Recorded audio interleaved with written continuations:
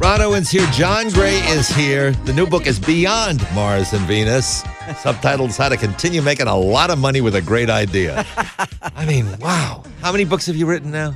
26, really. 26 books. Yeah. And this is all on one concept, that men and women are different. Pretty much, But yeah. you've been able to explore it, and I was going to say unexploit it. No, I wouldn't say exploit it, but you've explored it. And, I mean, where do you go beyond the obvious? Of course, men and women are different. They think differently. They act differently. Ron, people still are teaching them in college that men and women are the same and that all the differences are due to bad conditioning on men, as if there's something wrong with men. And if we could just make men more like women, everything would be fine. That's still going around. This is still a confrontive message to many people. Well, to me, like, the biggest difference, if I'm trying to generalize, would be that a woman likes to talk things out and a guy likes to cut to the chase, period. Get there and get me out of there. That's a big difference right there. And you can expand on that difference, which is that men tend to be more goal-oriented, women tend to be more relationship-oriented. You can expand on that, which is that when men are solving problems, it stimulates testosterone, and that helps lower stress for men. And when women are talking about problems, it stimulates estrogen, and that lowers stress for women. Estrogen just makes men angry. Estrogen lowers women's stress. So these are real biological differences. Women need 10 to 20 times more estrogen to appreciate and love a man. A man needs 10 times, 20 times, 30 times sometimes more testosterone to feel attracted to, interested in, motivated to be in a relationship. So these are like real hormonal differences which help us to understand how to cope with stress better, how to make our relationships better. But if they're hormonal differences, then you think, all right, what do you take a pill or something and adjust it that way? No. People are doing that. You know, millions of women are now taking hormones to experience some kind of stress reduction, better sleep, and so forth.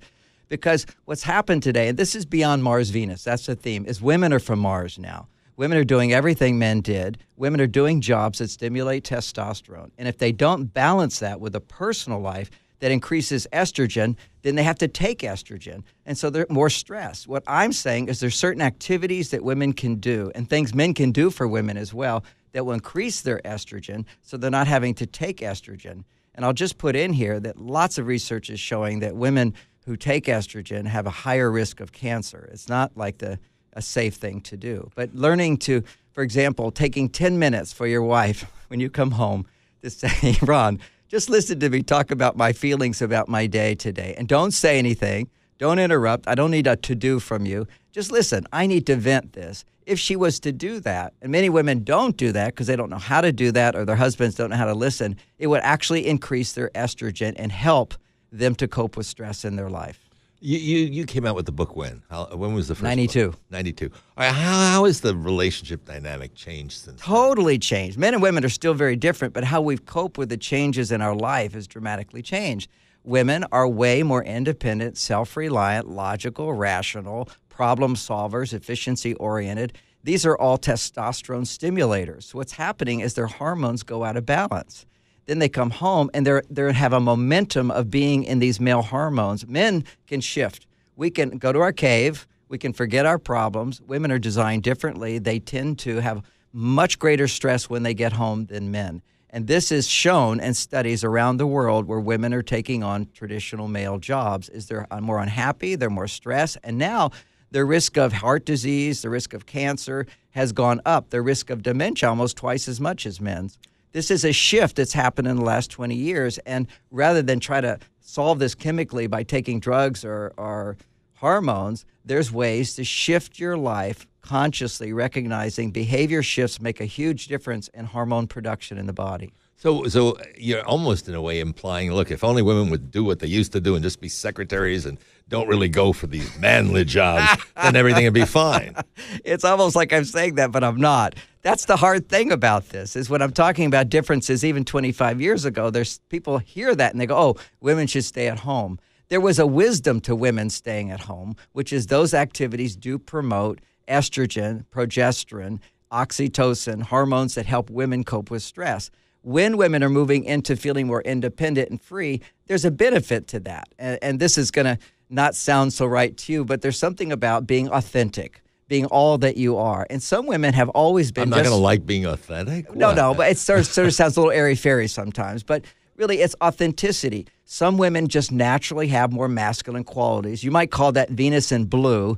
And some women naturally have more feminine qualities, which is Venus in pink. Okay. So Venus in blue is finally free to go out there and be independent and have her own job and not be so dependent on men and make a difference in the world. That's a great thing. It releases a huge amount of energy of authenticity. Just as for men, not all men have to go to the coal mines and work every day and do some job they don't like. Men are following their hearts. They're following their passion. They're wanting to be more involved with their children and their family. It's a great joy in my life and yours, which is to be more on the nurturing side as well. So this is a freedom that people didn't have before the 60s. But with that, as women go to their male side, they easily get stuck over there. And sometimes as men go too far to their female side and just do what they like to do, they're out of work. I mean, these are the guys who can't commit and make a marriage because they're following their feelings, as opposed to being balanced with logical, rational, goal-oriented problem solving and so forth.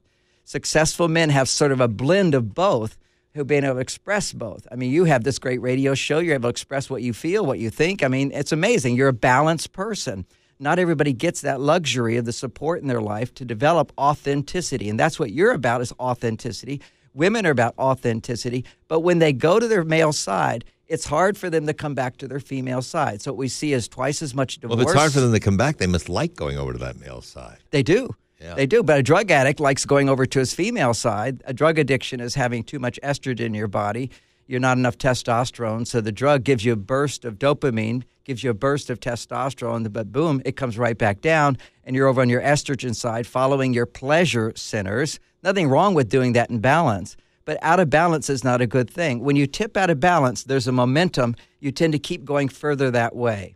So what happens is men get involved with women who are independent on their male side. There's a polarity that starts to happen, and she's like taking charge, doing everything, saying do this, do that. She's hyper vigilant on getting things done. Well, if you're married to that woman, you're just going to come home and sit on the couch and do nothing.